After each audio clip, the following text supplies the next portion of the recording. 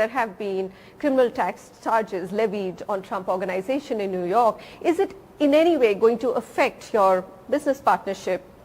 No, I think everyone... It's a question I have to ask. Yeah, of course.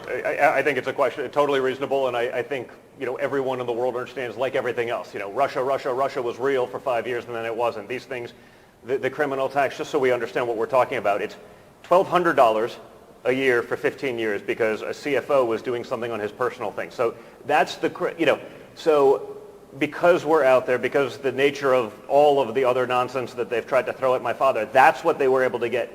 So they say that that's a huge win, but when you look at what it actually was, on a multi-billion-dollar company, $1,200 a year was what our tax savings was that was inappropriate by a CFO that was benefiting himself. So, I mean, yes, they get their win in the paper, but the reality is it's utter nonsense. Mm-hmm. It's utter nonsense. And like every other witch hunt, remember, I personally have done 50 hours of testimony before congressional committees for treason, right? A crime punishable by death. Now, what happened with that? Nothing, because there was nothing there, and there never was. But that didn't stop the biggest people in the U.S. government from saying that these things were very real. We saw that with the Russia hoax. We saw it with the impeachment hoax. We don't see it. If you're a Democrat, you can get away with it, right? Hunter Biden took $1 billion from China. That's a fact. Chinese don't invest with crack addicts. That's not a big part of their business model, and yet that's okay, and no one wants to ask any questions about it. You understand it's a little bit... They have a diligence process, and they would usually... That would be something that would affect that diligence process, unless, of course, they were buying their politicians, which is what they were doing. Okay. We just play by a different standard, and that's okay. But, it's worked out for me because I like to fight. Talking about the presidential race, right? Midterm elections just got over, and the Republicans didn't do that well. In fact, a lot of candidates backed by Mr. Donald Trump actually lost.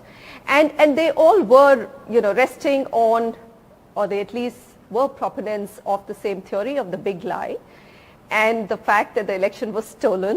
What are your views after the midterm elections? Do you believe that notion should be thrown out of the window?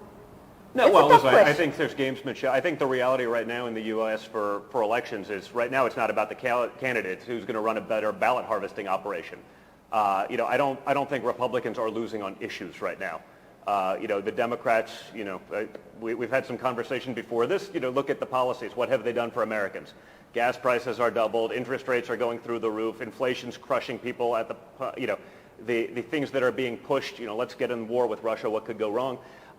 Those aren't issues that we're losing. But, the Democrats are very crafty and they're very good about going out there. And sometimes legally, sometimes I'd say there's some gamesmanship being played. But collecting ballots and making sure that people who may not even know who the candidates in a race are voting one way or the other. So I actually think right now the candidate is much less meaningful than actually creating a comparable ballot harvesting operation in those fields, because that's where we're losing. Because I can assure you, you go to your average American and tell them about the issues. When I see what they're doing with the sexualization of children and pushing on the Democrat platform, I can't keep track of what it is, but last time I checked, it was 9,276 genders. I don't think the average American is buying that, but I think they're still, running those operations. As far as my father's record on that, I think, what was it? He won 213 of 225 endorsements. I think it's pretty solid, but I do see what's happened in the United States is when you have a Trump that got things done, that moved the economy, it was for the real American worker. That's where he moved the needle. What I see now is the billionaire class, they want a president that answers to them again. Trump didn't have to do that because he was independently successful. So they want someone that when they call, that person jumps. So they want to do that under the guise of helping the little American, the average worker, but that's not really what happens in practice. And so I think that donor class, I think, that elite class, they want to reclaim the power that they had that Trump took away because he didn't need them because he was Trump. Okay. So there's a difference between being able to deliver for those guys and actually deliver for the people. But again, there's a big power base that wants their power back. They saw some of that lost under Trump. You become one of the most passionate campaigners for Mr. Trump, isn't it? Ivanka and Jared have actually opted out of the 2024 presidential race. They've said they want to take a step back.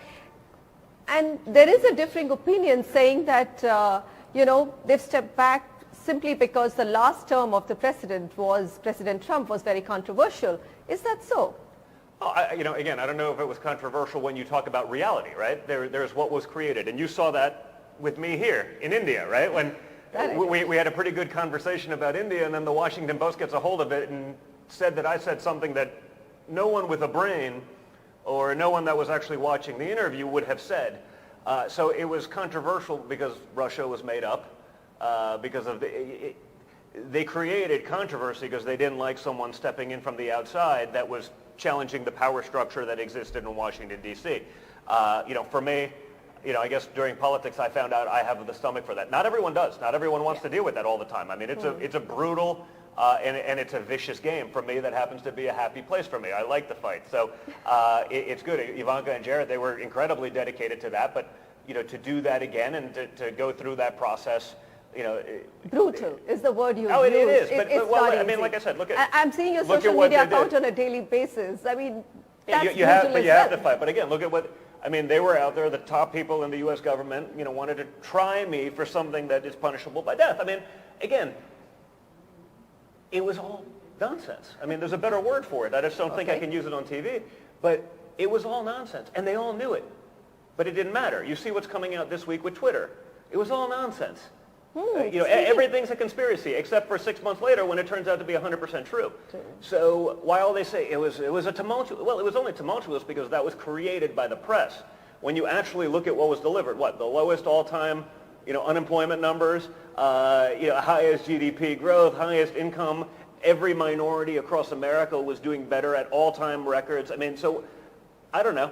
I think the average American living in America right now, after 2 years of a Democrat administration and borderline gross incompetence with someone who can't get through a 2-sentence speech with a teleprompter, I don't think the average American thinks they're doing better now than they were 2 years ago or 4 years ago, and frankly, even in the midst of COVID. Elon Musk says Mr. Trump can be back on Twitter, and he says, I don't want to. But he also said previously that Twitter is an important platform for him to win the presidency.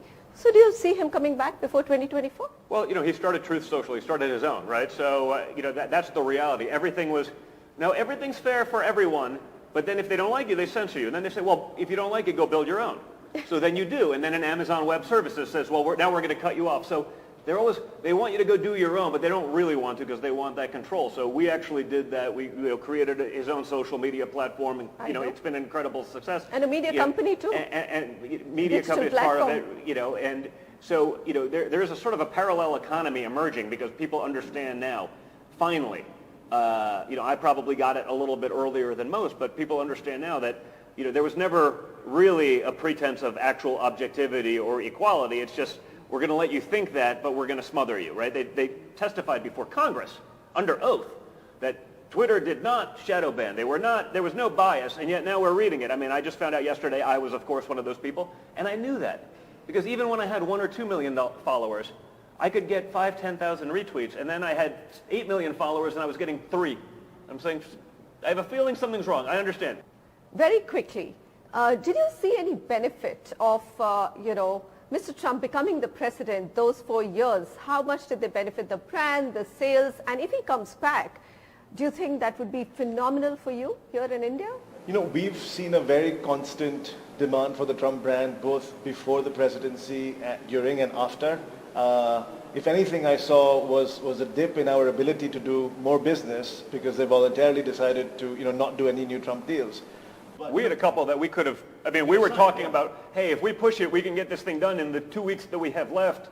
And it just didn't, it didn't pass the test, right, for us.